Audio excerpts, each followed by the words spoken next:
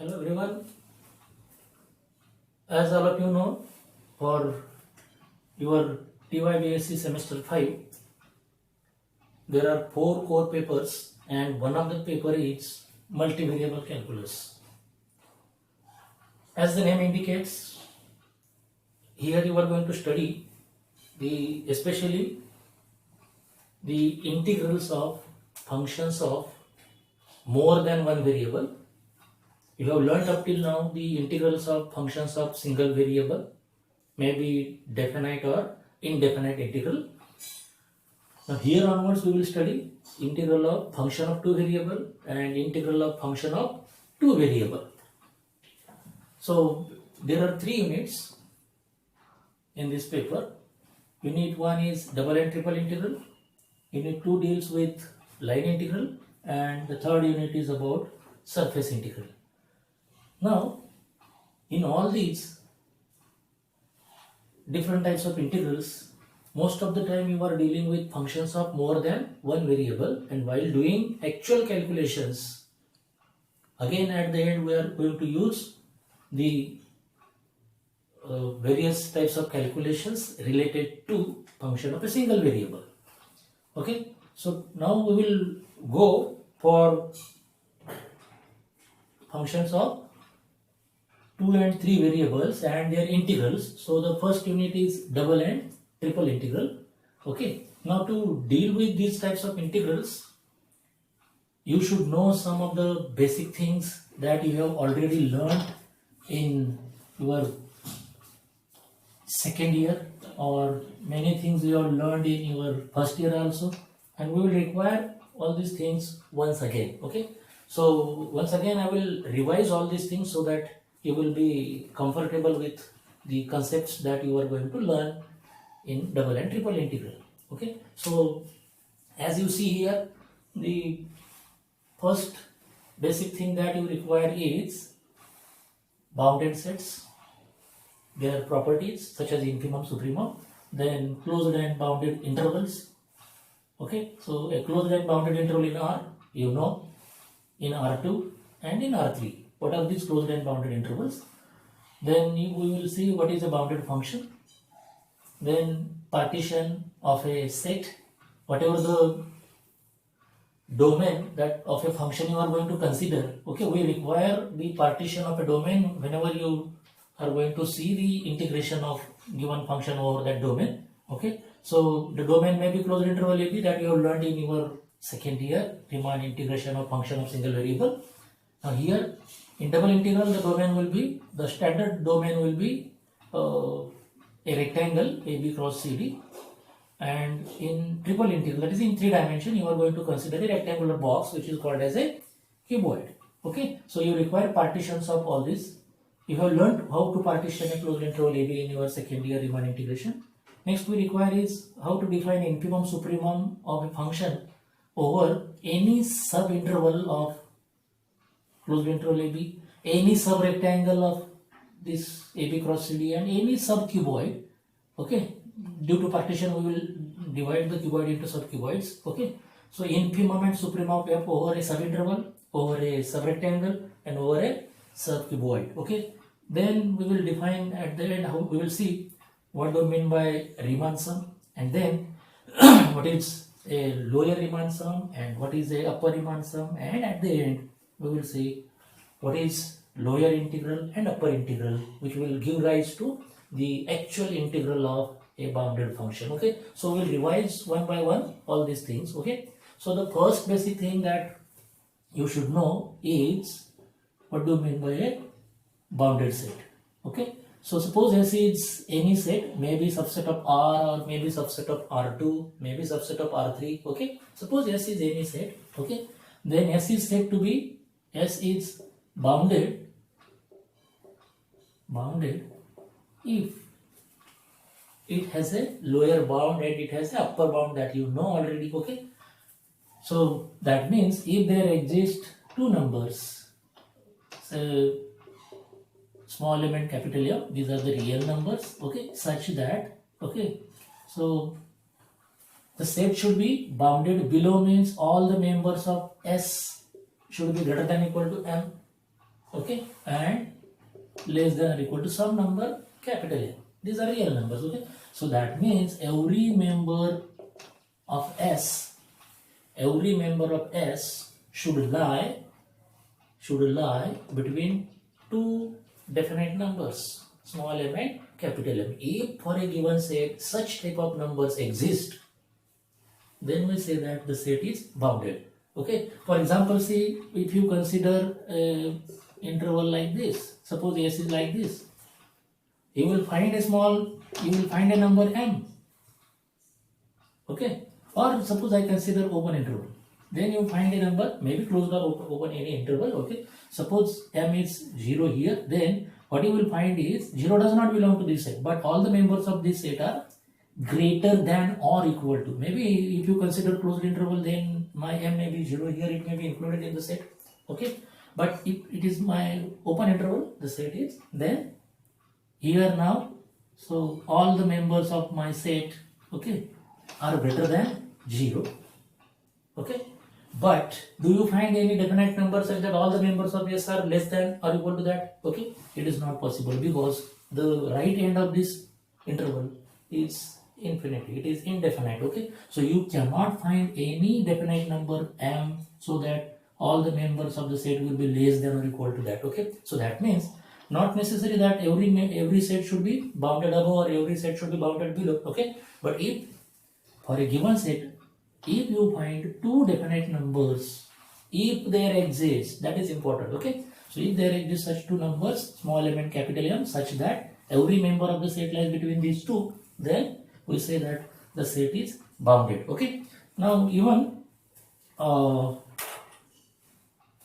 instead of considering these two numbers, okay, even you may describe this property in a single number only. Okay. You know very well a set S is bounded, or in terms of a single number, S is bounded if there exists, okay, m greater than 0. That is important. Okay.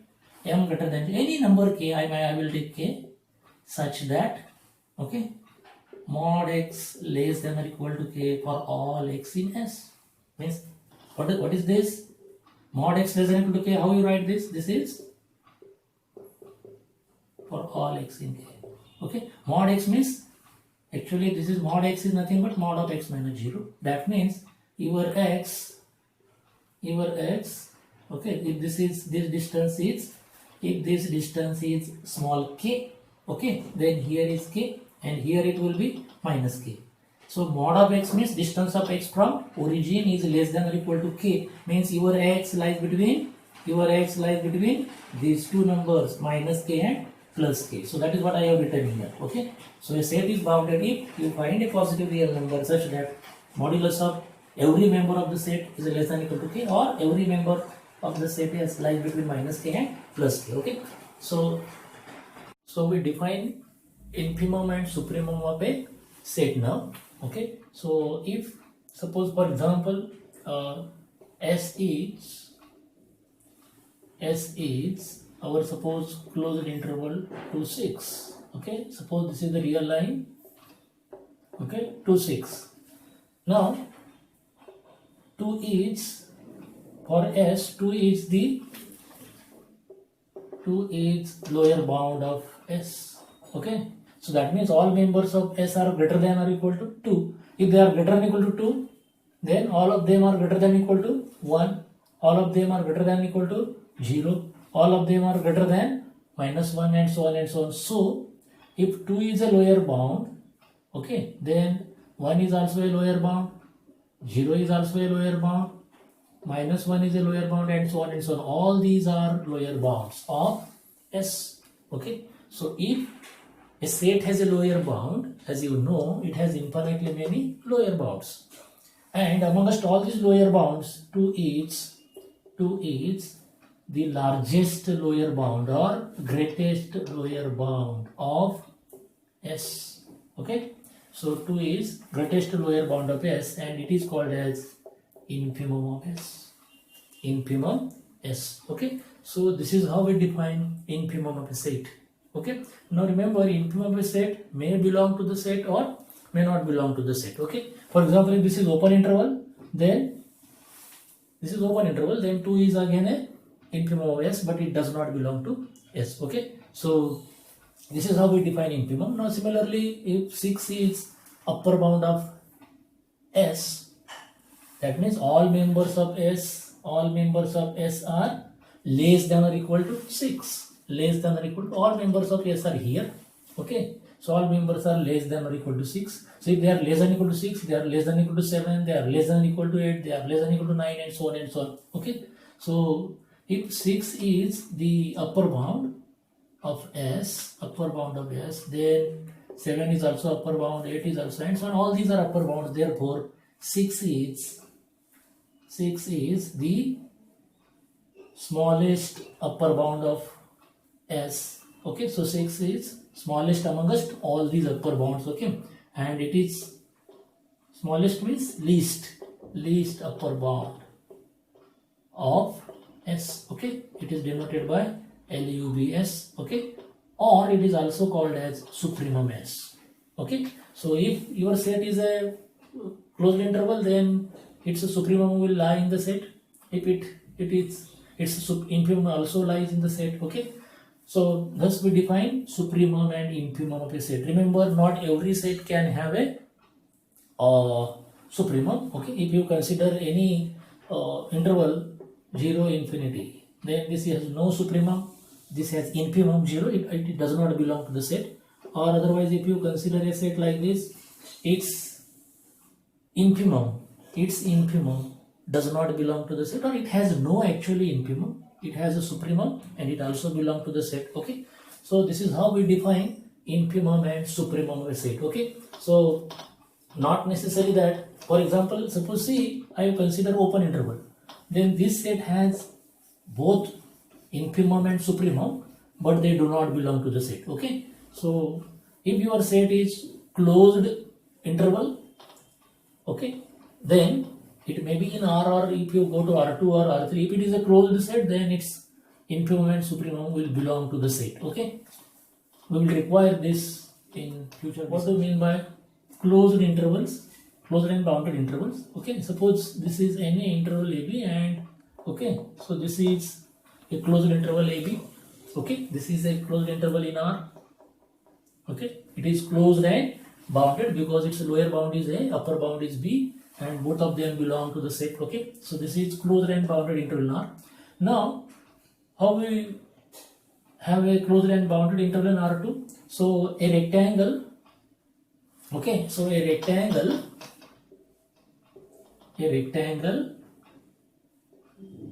AB cross CD. This is AB, Cartesian product of this set and this set. Okay,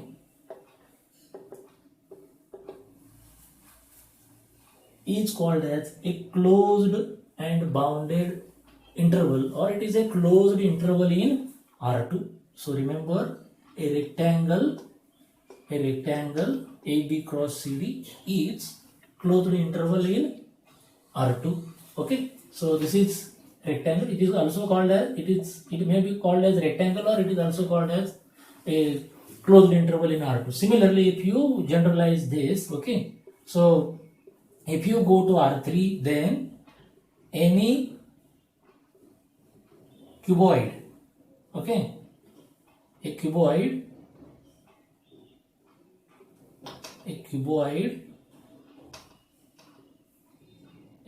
like this, okay, a cuboid like this. So this is AB, okay, so this is AB, this is CD, and this is EF. Okay, so AB cross CD cross EF. Okay, so AB cross CD cross EF.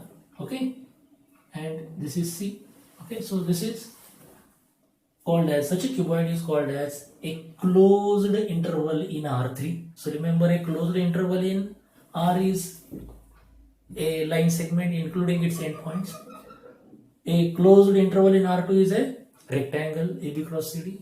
A closed interval in R3 is a cuboid AB cross CD cross EF. Okay, so this is how we define closed intervals in R2, R3.